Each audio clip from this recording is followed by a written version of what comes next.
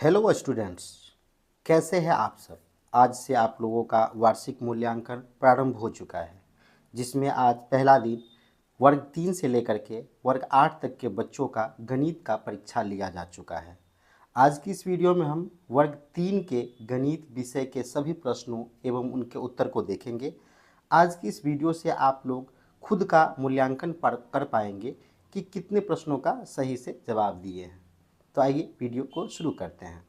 सबसे पहले देखेंगे हम कि इस तरह का प्रश्न है और इसमें सबसे पहले देखेंगे कि इसमें भरना क्या है। तो यहाँ पर आप देखेंगे कि छात्र छात्रा का नाम कहा जा रहा है। इसमें विद्यार्थी अपना नाम भर देंगे। वर्ग क्रमांक यहाँ पर है, इसमें अपना रोल नंबर लिखेंगे। इसमें अब विद्यालय का नाम है तो अपने विद्यालय का जो भी नाम होगा आपका वो डाल देंगे। प्रखंड है, जिस प्रखंड में आपका विद्यालय है उसको यहाँ पर लिख देना है। जिस संकुल में आपका विद्यालय है वो यहाँ पर लिख देना है और जिस जिले में आपका विद्यालय है उसको यहाँ पर लिख देना है। आगे हम इन सभी प्रश्नों को देखेंगे।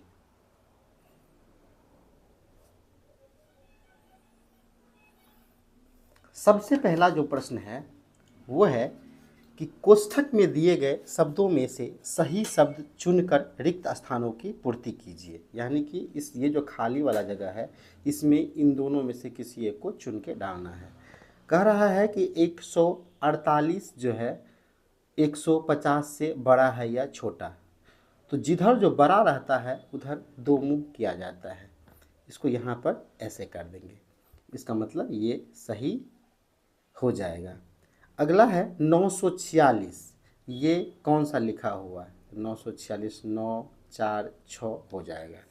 इसके बाद है XIV, ये रोमन का अंक लिखा हुआ है, इसका मतलब होता है 14, तो यहाँ पर 14 लिख देना है। इसके बाद है इसको जोड़ करके लिखना है 203 136 और 15, तो यहाँ पर 5 6 11 3 14 का 4 हासिल 1, तो यहाँ पर 2 3 5 और यहाँ पर 3, यानी कि 354 इसका जोड़ हो जाएगा और वहाँ पर लिख दिया जाएगा। अगला है वर्ष का पहला महीना कौन सा होता है? तो जनवरी होता है, यहाँ पर जनवरी लिख देना है। अब हम अगले प्रश्न की तरफ चलते हैं। प्रश्न नंबर 2 में है कि दिए गए कथन में सही के लिए सही का चिन्ह तथा गलत के लिए गलत का चिन्ह लगाइए। प्रश्न 1 है कि एक सप्ताह में 30 दिन होते हैं, जबकि एक सप्ताह में तो 7 दिन होते हैं, इसलिए ये गलत हो जाएगा। 1/2 बराबर होता है आधा के, ये बिल्कुल सही है। इसके बाद है किसी त्रिभुज में 3 कोण होते हैं, ये बिल्कुल सही है, त्रिभुज में 3 कोण होते हैं। अगला है कि 1 किलोग्राम में 500 ग्राम होते हैं, ये गलत है क्योंकि 1 किलोग्राम में 1000 ग्राम होते हैं। अगला है कि 116 और 110 में से कौन सा बड़ा है? ये 110 की तरफ बढ़ा दिया है कि ये 110 बड़ा है, जो कि बिल्कुल गलत है। अब हम अगले क्वेश्चन की तरफ देखेंगे।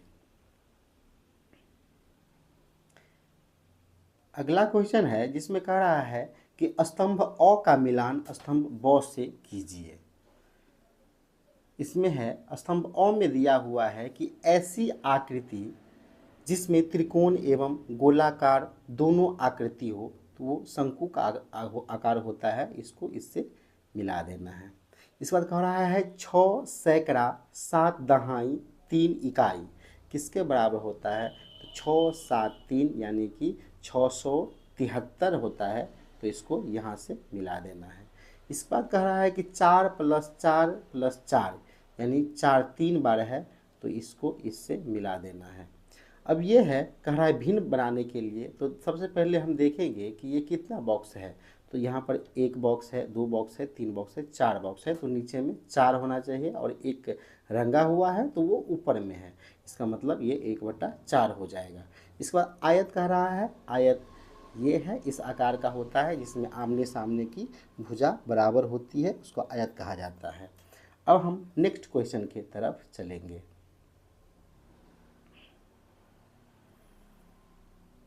प्रश्न है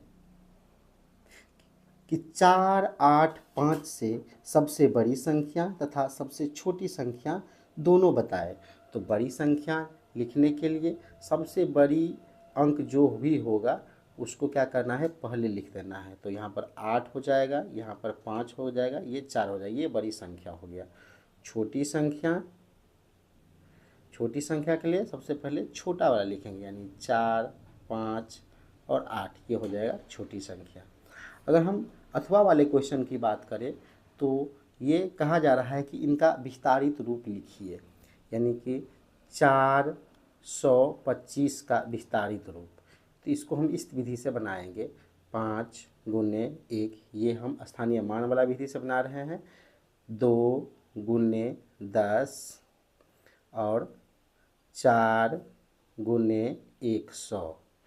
अब विस्तारित रूप में लिखने के लिए 4 गुने 100 जोड़ 2 गुने 10 जोड़ 5 गुने 1, ये इसका विस्तारित रूप हो जाएगा। इसी तरीके से 644 का जो हो जाएगा 6 गुने 100 जोड़ 4 गुने 10 जोड़ 4 गुने 1, ये बी नंबर का विस्तारित रूप हो जाएगा। अब हम नेक्स्ट क्वेश्चन की तरफ चलते हैं। नेक्स्ट क्वेश्चन है कि 40 भागा 4 को बार बार घटाने की प्रक्रिया द्वारा हल करें। तो यहाँ पर क्या करना है कि सबसे पहले 40 लिखना है और 4 घटाते जाना है। 4 घटाएंगे तो हो जाएगा 36, फिर 36 में से 4 घटाएंगे तो हो जाएगा 32, फिर 32 में से 4 घटाएंगे तो हो जाएगा 28, फिर 28 में से 4 घटाएंगे तो हो जाएगा 24, फिर 24 में से 4 घटाएंगे तो हो जाएगा 20, फिर इसी तरीके से 20 में से 4 घटाएंगे तो हो जाएगा 16, 16 में से 4 घटाएंगे तो हो जाएगा 12, 12 में से 4 घटाएंगे तो हो जाएगा 8, 8 में से 4 घटाएंगे तो हो जाएगा 4, और 4 में से 4 घटाएंगे तो हो जाएगा 0। जहाँ पर 0 आ जाता है अब हम देखेंगे कि गिन करके कितना होता है। तो 1, 2, 3, 4, 5, 6, 7, 8, 9, 10, यानी कि 10 बार में यहाँ पर 0 बच रहा है। तो इसका आंसर हो जाएगा 40 भागा 4 बराबर 10। इस तरीके से इस वाले क्वेश्चन को बनाना है। अब हम अगले क्वेश्चन की तरफ चलते हैं। अगला क्वेश्चन कह रहा है कि 8 और 9 का पहाड़ा लिखिए। तो बच्चे 8 और 9 का यहाँ पर पहाड़ा लिख देंगे, जैसे कि 8, 16, 24, 32, इस तरीके से 8 का पहाड़ा लिख लेंगे और इसी तरीके से इस पूरे क्वेश्चन को बना लेंगे।